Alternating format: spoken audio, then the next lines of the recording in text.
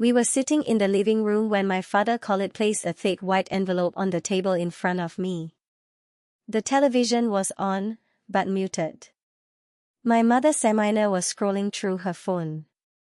My sister Hira was sitting quietly beside her, pretending not to listen. "Your sister's wedding expenses," Dad said calmly. "You need to handle this." I frowned. "Handle what?" "You mean pay for it?" Mom didn't even look up. "Of course. Don't act surprised." I laughed softly, honestly thinking it was a joke. It wasn't. Dad pushed the envelope closer to me. I opened it. $20,000. Venue, catering, decorations, photography. Advance payments already highlighted in yellow. It wasn't a discussion. It was a finalized decision. I looked up slowly. "Why am I seeing this?" "Because you're the only one who can afford it," Dad replied. That sentence sat heavily in the air. Not because it was untrue, but because of what it meant. "So that makes it my responsibility?" I asked. Mom sighed like I was being dramatic. "It's your sister's big day, Hira's wedding. Why are you making this complicated?" I glanced at Hira. She wasn't embarrassed. She wasn't uncomfortable. She just looked expectant. Like this was normal. Like this was my role. "I wasn't asked," I said calmly. "I was told." Dad's voice hardened. "We are your parents. You should be happy to help." Help. That word felt wrong. This wasn't help. Help is voluntary. This was obligation disguised as love. They had already booked things. Already told people. Already assumed I would transfer the money without question. "I need time to think," I said. "There's nothing to think about," Mom replied quickly. "You live comfortably. You're not struggling." And that's when I realized this wasn't about money. It was about being treated like a walking ATM. I looked at Hira. "Did you know about this?" She nodded. "They said you'd take care of it." Not even "Are you okay with that?" Not even a "thank you." That night, I didn't argue. I didn't agree either. I just went to my room and sat alone. For the first time in years, I asked myself a question I had avoided. When did my success become their entitlement? Every overtime shift. Every weekend sacrificed. Every risk I took to build stability, somehow it had turned into something my family could assign whenever needed. I wasn't a son. I wasn't a brother. I was a solution. And for the first time in my life, I wasn't sure I wanted to be one anymore. Dad slammed his hand on the table so hard the cups rattled. "In this family," he said through clenched teeth, "we support each other." I didn't flinch. I didn't raise my voice. "I agree," I replied calmly. Support is asked, not ordered. That sentence hung in the air like smoke after a firecracker. Mom stared at me as if she didn't recognize me. Hira looked personally betrayed. And Dad? Dad looked challenged. "You've changed," he said sharply. "No," I answered. "I just stopped saying yes automatically." Breakfast ended without another word. But silence in our house had never been peaceful. It was strategic. Heavy. Waiting. The rest of the day, no one spoke to me directly. Doors closed louder than usual. Conversation stopped when I entered a room. The message was clear: I had disrupted the system. By afternoon, Mom knocked on my bedroom door. "Can we talk?" she asked softly. I knew that tone. It wasn't anger. It was persuasion. She sat on the edge of my bed. Beta, why are you doing this? It's just money. It's not just money, I replied. She sighed. You earn more than all of us combined. Allah has blessed you. Shouldn't your family benefit from that? There it was. Not request. Not partnership. Obligation. I have helped, I said calmly. 4 years. Rent when Dad's business was down. Hira's university fees. Medical bills. I never complained. And we are grateful, she said quickly. But you never asked, I continued. You assumed. She didn't respond to that. Instead, she tried another angle. Your sister will be humiliated if this wedding shrinks. I looked at her. Then she should plan one she can afford. Mom's expression hardened slightly. People will talk. They always do. That conversation ended without resolution. By evening, Dad called me into the living room again. This time Hira was there too. We need to settle this, he said firmly. It's already settled, I replied. Hira suddenly spoke, her voice shaking, but not from sadness. From anger.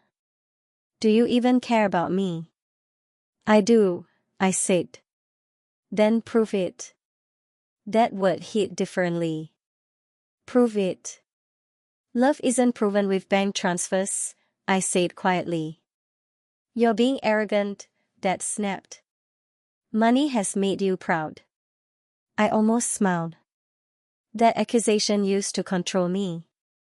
No, I said calmly. Money just made me independent. Hira's eyes filled with tears, real or strategic, I couldn't tell. All my friends are having proper weddings. Do you want mine to look cheap? There it was. Not neat. Image. This isn't about cheap or expensive, I replied. It's about reality. Dad leaned forward. Reality is your sister is getting married once. You can afford this easily. You're confusing ability with responsibility, I answered. Silence again. But this time it felt different. Less powerful. More uncertain. For years, I had reacted emotionally. Defended myself loudly. Tried to justify my worth. Today, I wasn't defending. I was stating. And that made it harder for them to push me. Hira stood up suddenly. Fine. Don't help. I'll remember this. That's your choice, I said gently. She looked stunned that I didn't chase her apology. After she left the room, Dad spoke more quietly. You think you're teaching us something? No, I replied. I'm teaching myself. He didn't understand that. But I did. Because for the first time, I wasn't reacting out of guilt. I wasn't trying to keep peace by sacrificing myself. I was choosing discomfort now instead of resentment later. That night, the house felt colder. I overheard Hira crying in Mom's room. I heard phrases like, he's ruining everything and, I can't believe he's this selfish. The old version of me would have walked in. Offered compromise. Paid half. Paid quietly. Fixed it. But I stayed in my room. Not because I didn't care. But because caring doesn't mean surrendering your boundaries. Around midnight, my phone buzzed. A message from Hira. If you don't help, I'll have to cancel some things. I stared at the screen. For the first time, she was facing consequence. I typed back slowly, then adjust. Not everything needs to be big to be meaningful. No anger. No lecture. Just reality. And somewhere deep down, I knew this wasn't just about a wedding anymore. It was about roles. For years, I had been the provider, the fixer, the safety net. Now I was something unfamiliar to them. A man who could say no, and mean it. The next morning, the silence felt organized. It wasn't accidental anymore. It was coordinated. Dad left for work without his usual goodbye. Mom didn't ask if I wanted breakfast. Hira didn't come out of her room at all. I went about my routine normally. Shower. Coffee. Emails. But beneath that normalcy, I could feel something building. By noon, my phone started ringing. First, it was my aunt. "Beta, what is this I'm hearing?" she asked gently. "You're refusing to help with Hira's wedding." I leaned back in my chair. So it had begun. "This is a family matter," I replied calmly. She sighed dramatically. "Money shouldn't come between blood. Allah doesn't like pride." Pride. Interesting word choice. "I understand," I said. "But this isn't about money." "It always is," she replied before hanging up. An hour later, my cousin called. Then an uncle. Different voices. Same script. "You've changed. Your parents are hurt. Hira is devastated. It's just money." It was clear now, my parents had started building a narrative. And in that narrative, I was the villain. I didn't defend myself. I didn't explain. Because explanations invite judgment. And I wasn't on trial. When I returned home that evening, the atmosphere had shifted again. Dad was sitting in the living room, unusually quiet. Mom was whispering to someone on the phone in the kitchen. Hira walked past me like I was invisible. The emotional temperature had dropped. But the pressure had increased. Later that night, I overheard something that made everything clearer. "The venue needs the second payment by Friday," Hira said anxiously in the kitchen. "Or they'll cancel." Mom's voice was tense. "Your father will talk to him." "With what money?" Hira snapped. Silence. For the first time, the plan was cracking. Up until now, the assumption of my payment had protected them from reality. Now reality was knocking, loudly. The next day, the wedding planner called during dinner. I could hear the conversation clearly. Yes, we understand," Mom said nervously. "We'll confirm tomorrow." After she hung up, Dad looked at me directly. "This is getting serious," he said. "It always was," I replied. Hira suddenly stood up. "Why are you acting like this doesn't affect you?" "It doesn't financially," I said calmly. "It affects you." Her eyes filled with frustration. "You're enjoying this." That accusation almost made me laugh. "You think watching my family stress is enjoyable?" I asked quietly. "I'm just not rescuing you." Dad leaned forward. "If the venue cancels, people will ask questions." "Then tell them the truth," I said. "And what is that?" he challenged. "That the wedding was planned beyond your budget." That hit harder than shouting ever could. Mom shook her head. "You're humiliating us." "No," I answered steadily. "The plan is." The following day, something shifted. Hira started making calls herself. I watched from a distance as she spoke to the caterer. Then the decorator. Her voice was different, less confident, more uncertain. Yes, can we reduce the guest count? What's the cancellation fee? If we remove the extra stage setup, how much will that save? These were questions that should have been asked weeks ago. But they weren't. Because for weeks, my wallet had been the backup plan. That evening, she knocked on my door. Not angry. Not dramatic. Just tired. Can we talk? She asked quietly. I nodded. She sat on the chair across from me. No performance this time. No raised voice. I didn't think they'd pressure you like this, she admitted. I thought you offered. I didn't, I said simply. She looked down at her hands. The planner says if we switch venues, we can save almost half. That's good, I replied. She looked up at me, confused by my calmness. You're not even going to say I told you so. No, I said. This isn't about being right.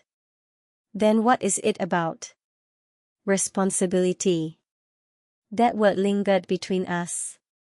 For years, responsibility had quietly transferred from her choices to my income. Now it was returning to its rightful place. She swallowed. I might have to cut the guest list. Then cut it. The decor will be simpler. Okay. It won't look like the weddings my friends had. I looked at her steadily. It will look like the wedding you can afford. That was the first time she didn't argue back. Because deep down, she knew something uncomfortable was happening. This wasn't punishment. It was adulthood. Later that night, Dad came to my room. He didn't sit down this time. He just stood near the door. She's stressed, he said quietly. I know. You could fix this in 1 minute. Yes, I agreed. He looked at me carefully. And you still won't. I met his eyes. Calm. Steady. No. He studied my face like he was trying to find anger there. Or ego. Or rebellion. But there was none. Just certainty. For the first time, he realized something important. This wasn't emotional. It was deliberate. And deliberate decisions are hard to manipulate. As he left my room, I felt something unfamiliar. Not guilt. Not victory. Just balance. For the first time in years, the weight of someone else's choices wasn't sitting on my shoulders. And that changed everything. By the end of the week, the house didn't feel tense anymore. It felt tired. The emotional drama had started to fade, replaced by something heavier, consequence. Hira was no longer arguing. She was calculating.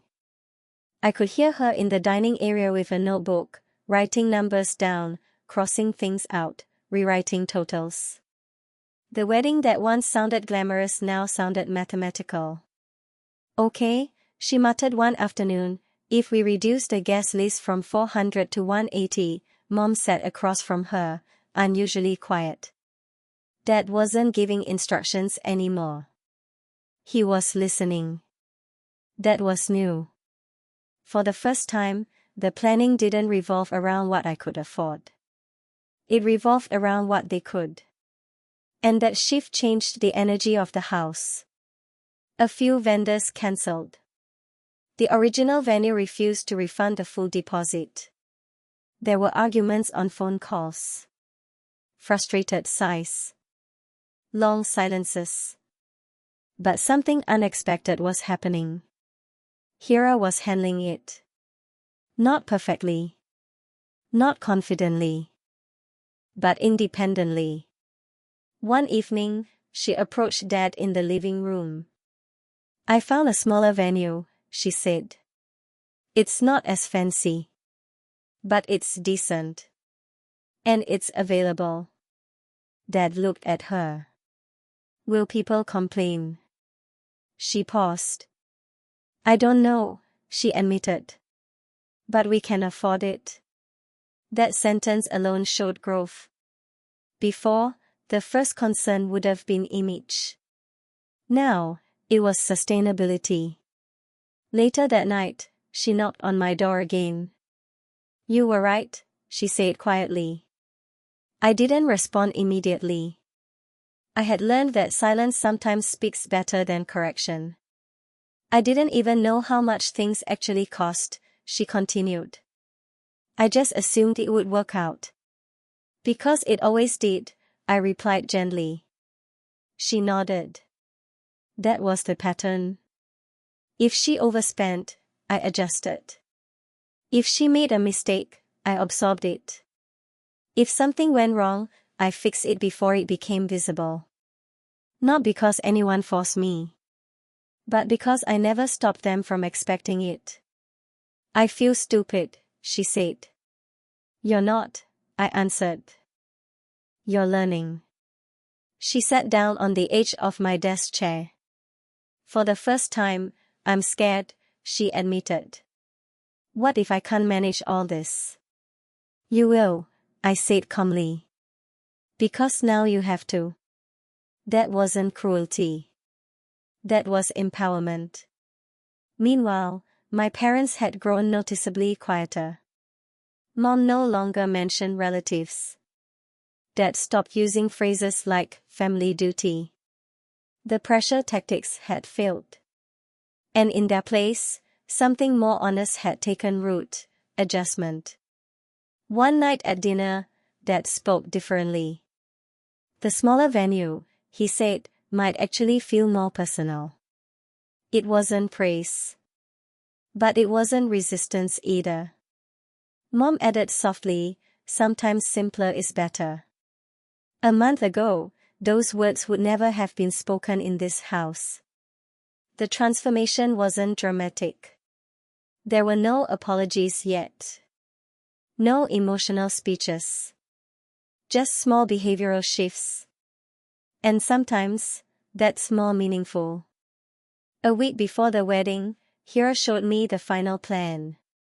Smaller guest list. Simplified decor. No extravagant stage. No imported flowers. No unnecessary luxury. And strangely, it looked peaceful. It's not what I imagined, she admitted. What did you imagine? I asked. Something that impressed people. And now, something that feels manageable. That difference mattered. The night before the wedding, Dad came into my room. He didn't stand this time. Saturday, I thought refusing would divide us, he said slowly. I waited. But maybe we were relying on you too much. That was as close to acknowledgement as he could get. I don't mind helping, I said calmly. I mind being assumed. He nodded. I see that now. For years, they had believed financial ability automatically meant financial obligation. Now they understood something deeper. Support without consent turns into control. The wedding day arrived quietly. No luxury cars. No massive crowd. No overwhelming display. Just family. Close friends. Simple decor. And it was beautiful. Not because it was expensive, but because it was honest. As Hira stood ready before the ceremony, she looked calmer than I had seen her in weeks. She came to me before walking out. I needed this lesson, she said softly. It wasn't about money, I replied. She nodded. It was about growing up. Across the hall, my parents watched us. They looked different too. Not defeated. Just aware. They had feared that my refusal would break the family. Instead, it reshaped it. For the first time, our roles were clearer. I wasn't the automatic provider. Hira wasn't the protected child. And my parents weren't unquestioned decision makers. We were just individuals. And that balance felt stronger than any check I could have written. The wedding ended with smiles, photographs, and polite compliments. Simple but elegant. Very tasteful. Intimate gatherings are better anyway. People always adjust their opinions to match reality. A month ago, the same relatives would have praised a grand celebration. Now they admired minimalism. I watched quietly as guests congratulated Hira and her husband. There was no embarrassment. No whispers. No humiliation. Just acceptance. And that realization mattered. All that fear about what people will say had been exaggerated. Most people don't care as much as we think. After the ceremony, Dad stood beside me near the entrance hall. "You will come through all of this," he said. "I had time to think," I replied. He nodded slowly. I reacted emotionally. "That's normal," I said. He looked at me carefully, like he was trying to understand when I had grown up without him noticing. "I didn't realize we made you feel obligated," he admitted. That word meant something. Obligated. For years, I had felt it without naming it. Now he was naming it himself. "I don't mind helping," I said again. "But I want to choose when and how." He didn't argue. Across the room, Mom was speaking to a relative who had been one of the loudest critics earlier that week. I caught pieces of the conversation. "Yes, smaller weddings are more meaningful. Kids these days prefer practical decisions. We didn't want unnecessary expenses." The narrative had shifted. Not because they were forced, but because reality had proven survivable. Later that night, after most guests had left, Hira came to sit beside me. Her makeup was slightly smudged. Her heels were in her hand. She looked relieved more than exhausted. "You know what's funny?" she said. "What?" "I don't even miss the big venue." I smiled faintly. "Because this felt real." She nodded. "There were moments during planning when I hated you," she admitted. "I know. But today," she paused. "Today I'm grateful." Gratitude sounds different when it's earned. It isn't dramatic. It's steady. "I would have started my marriage in debt," she continued. "Or worse, dependent." I didn't respond. Because she had reached the conclusion herself. And that was the point. The next week, the house felt lighter. Not because everything was perfect, but because something unhealthy had been corrected. For years, I had unknowingly encouraged dependency. Every time I solved a financial problem without conversation, I reinforced a pattern. If something breaks, call him. If something costs too much, he'll cover it. If there's pressure, he'll absorb it. I wasn't just a victim of expectation. I had participated in building it. That was a hard truth. One evening, Mom came into my room holding tea. "I've been thinking," she said softly. I waited. "We shouldn't have announced you were paying without asking." It wasn't a dramatic apology. But it was honest. "I appreciate that," I replied. She sat down beside me. "You've always been responsible. Sometimes we forget you're not responsible for everything." That sentence settled somewhere deep inside me. Because that had been the burden. Not money. Responsibility without limit. Days passed. Small changes became noticeable. Dad discussed expenses more openly now. Mom planned within realistic numbers. Hira, before buying anything major, calculated first. Not because they were afraid of me, but because awareness had replaced assumption. One night during dinner, Dad said something unexpected.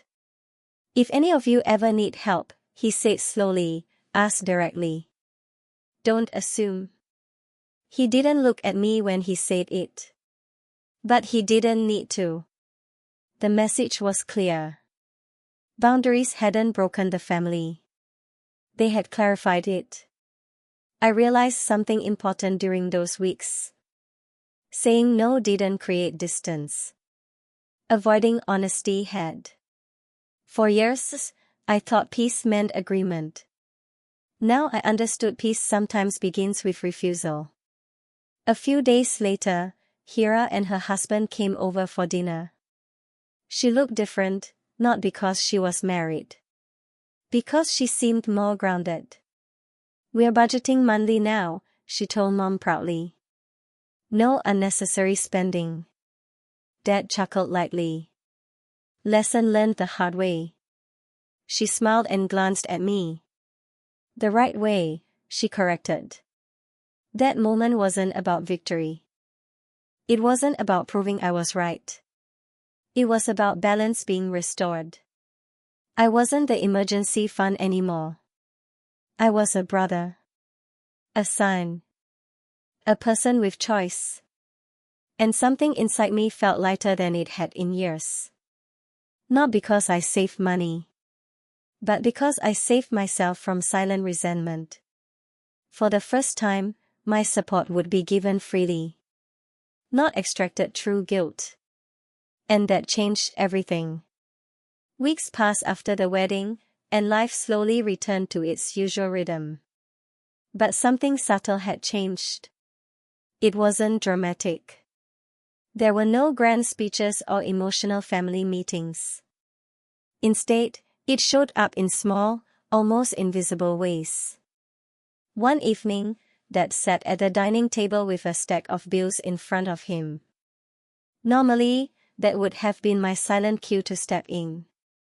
I would glance at the totals, calculate quickly in my head, and say, "I'll handle it." This time, he didn't look at me. He adjusted his glasses and said, "We'll manage this month carefully."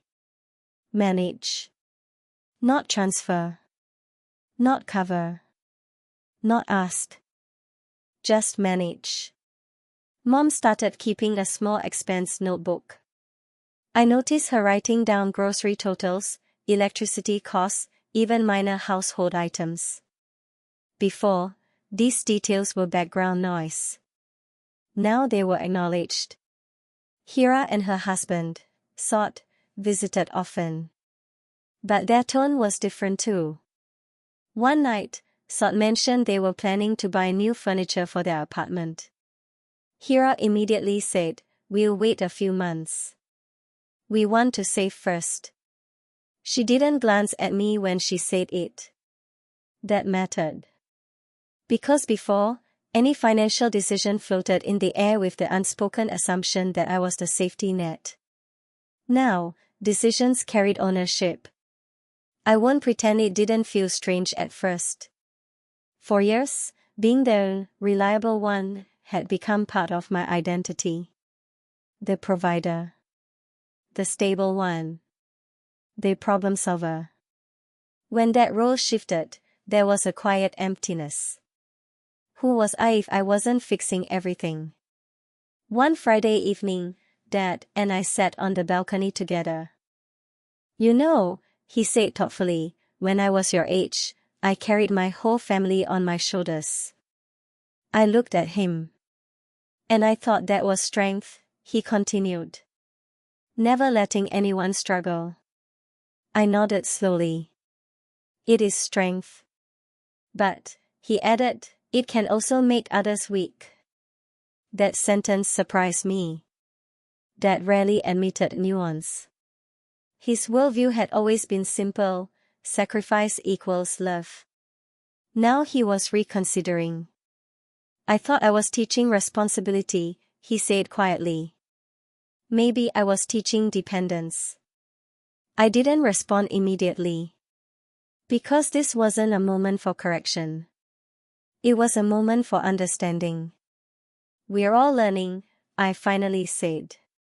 He nodded. The conversation wasn't emotional.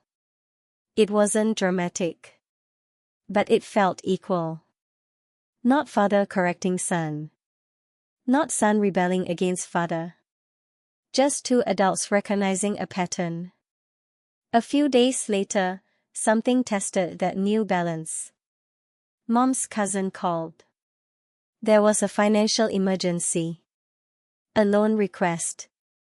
In the past, this would have automatically landed on me. This time, Dad answered the call.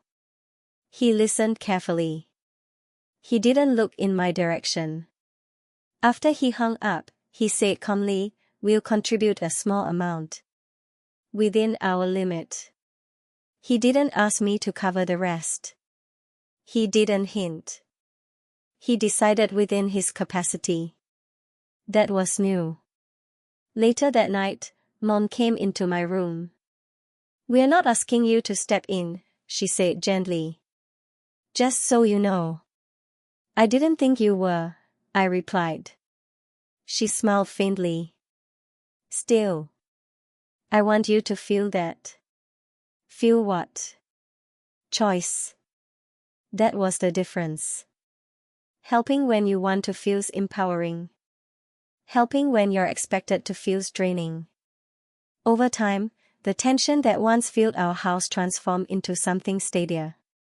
Respect. Not loud. Not exaggerated. Just present. Hira once said something during dinner that stayed with me. "I used to think support meant someone else taking over," she admitted.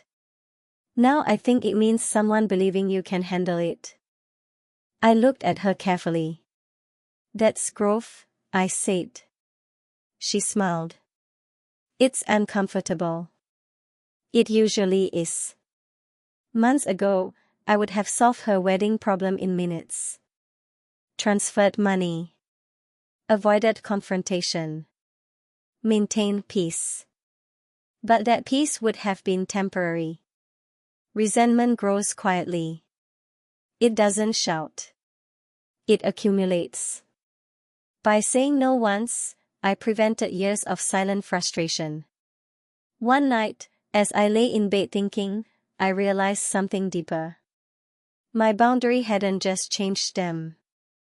It changed me. I spoke more clearly at work. I negotiated more confidently. I stopped overcommitting to things I didn't want to do. Saying no in one area had strengthened my voice in others. Boundaries don't isolate you. They define you. And defined people are harder to manipulate. A month later, Dad handed me an envelope. For a second, I felt that old reflex, tension. But when I opened it, it wasn't a bill. It was a small note. "Thank you for teaching us something important," it read. No dramatic apology. No emotional language. Just acknowledgement. I folded the paper carefully. Because sometimes respect doesn't arrive loudly. Sometimes it arrives quietly, after resistance, after discomfort, after truth. And when it does, it feels earned. Not purchased. Months had passed since Hira's wedding, and life settled into a new rhythm. The house no longer hummed with silent tension or whispered complaints. The emotional pressure had eased, replaced by something quieter, steadier, awareness. Hira and Sot had moved into their apartment. They were planning furniture, groceries, and their budget responsibly. I noticed how she calculated every decision, consulting Sot, negotiating with vendors, and even keeping receipts organized. None of her actions required my intervention anymore. For the first time, I felt a strange mix of pride and relief, pride that she had learned, relief that I no longer carried the weight of her choices. Mom and Dad had also changed. Dad rarely mentioned money in front of me now.